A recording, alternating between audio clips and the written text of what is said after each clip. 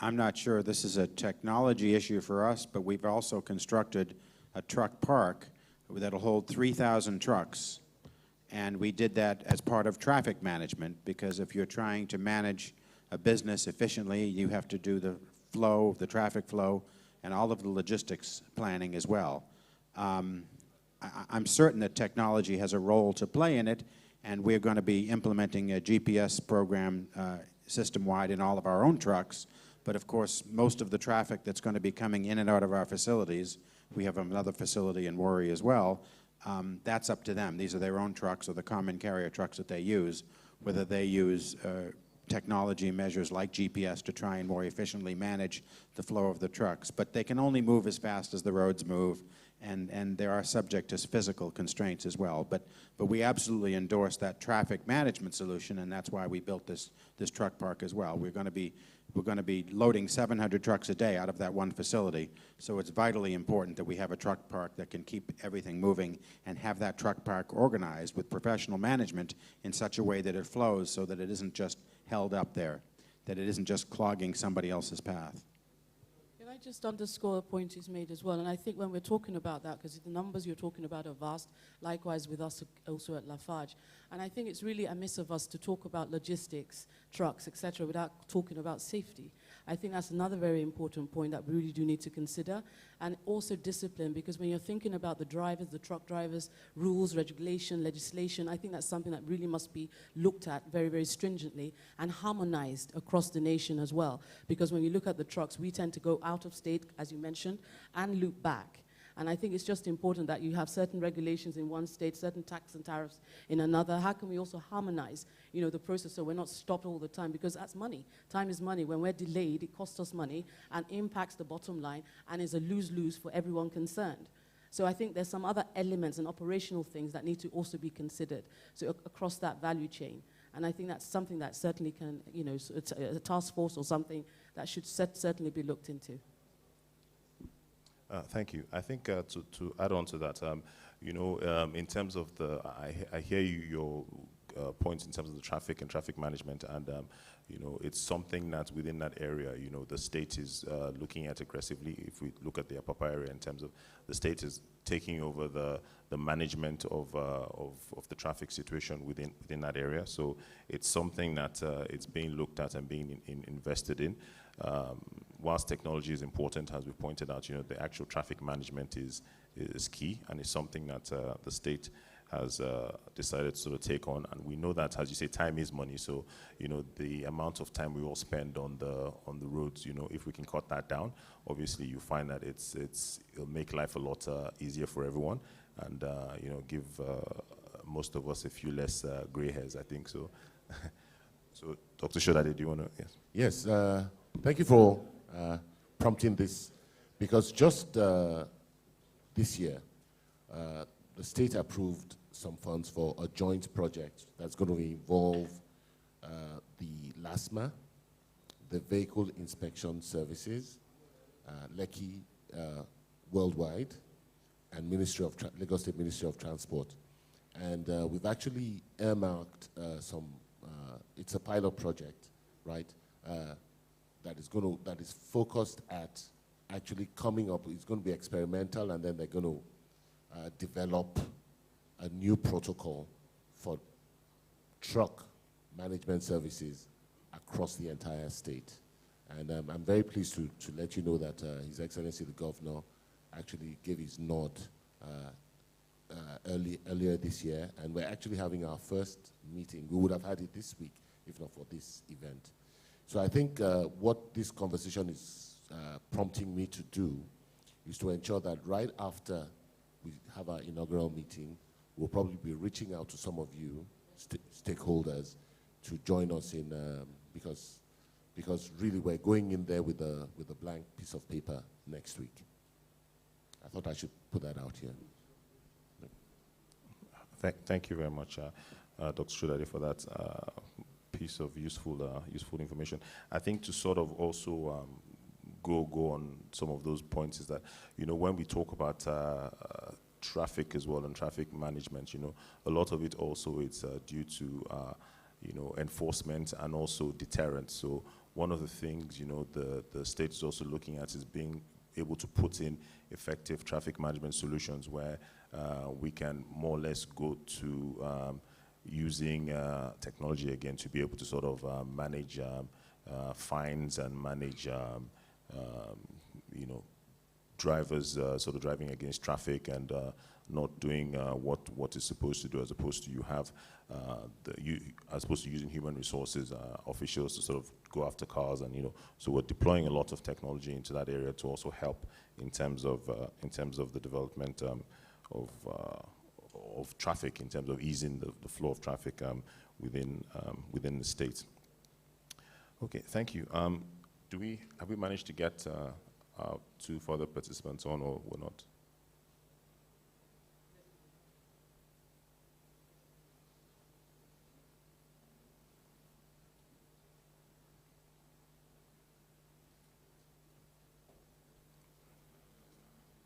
Yeah.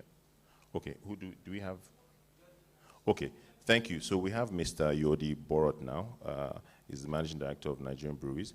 So we'll hand over. Yodi, thank you for joining us. The question we had for you, we still have for you, is what has proven to be the biggest challenge in consolidating Lagos human capital and harnessing this to drive industrial growth within the state? And we had a second part to that, which we wanted to hear from you on, was what possible economic reforms and policies you think can help drive rapid industrialization of Lagos State. Thank you, Yodi.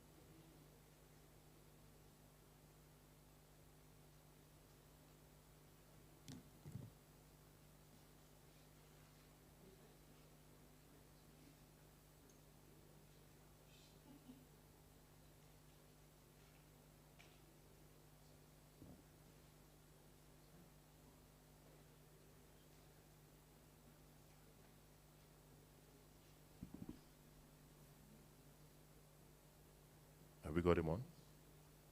Okay, thank you.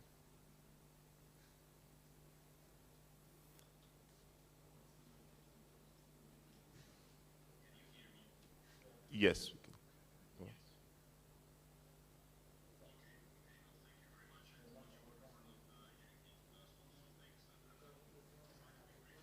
Okay.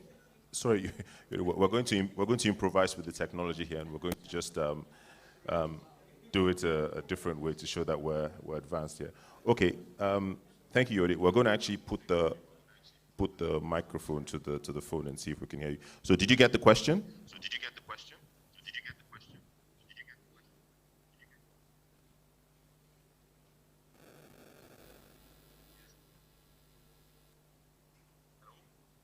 Yes, Yodi, go on. Okay,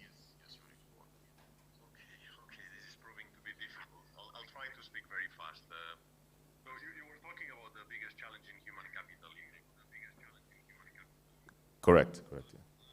Let me just briefly say that, well, I think that Lagos has a massive advantage versus other states in Nigeria. But as one speaker said before, this is not about competing amongst ourselves or other cities in Nigeria, but competing amongst other cities in the global economy.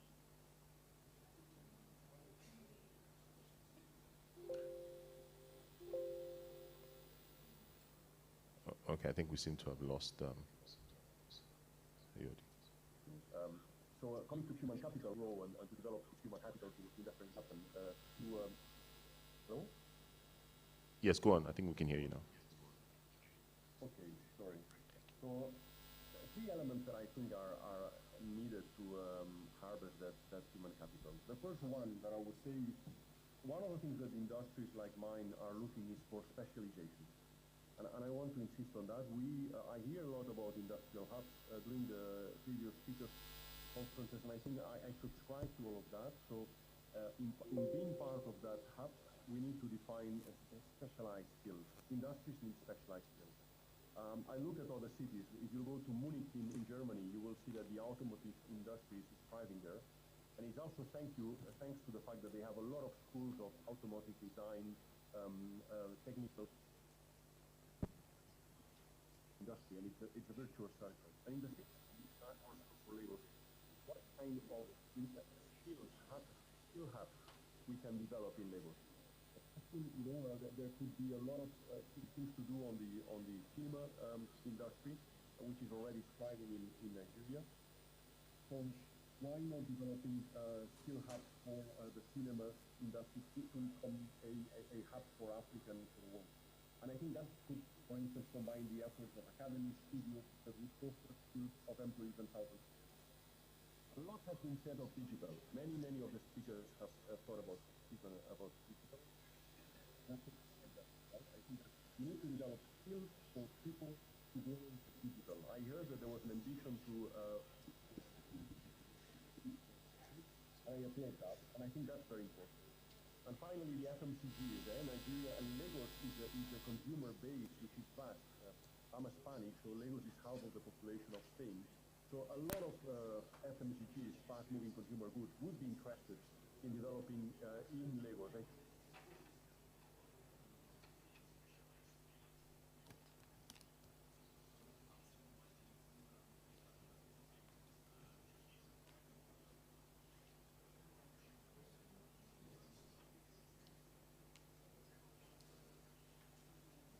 One of the things that is the development of women helps to grow the economy. There's a study by McKinsey that we could provide equal opportunities to women and to men. Nigeria could grow its GDP by 23% by 2025. So I think that's a key area of development, and I think there's some laws that we need to change in order to do that. Just to give you an example, women don't have to work like men in many industries.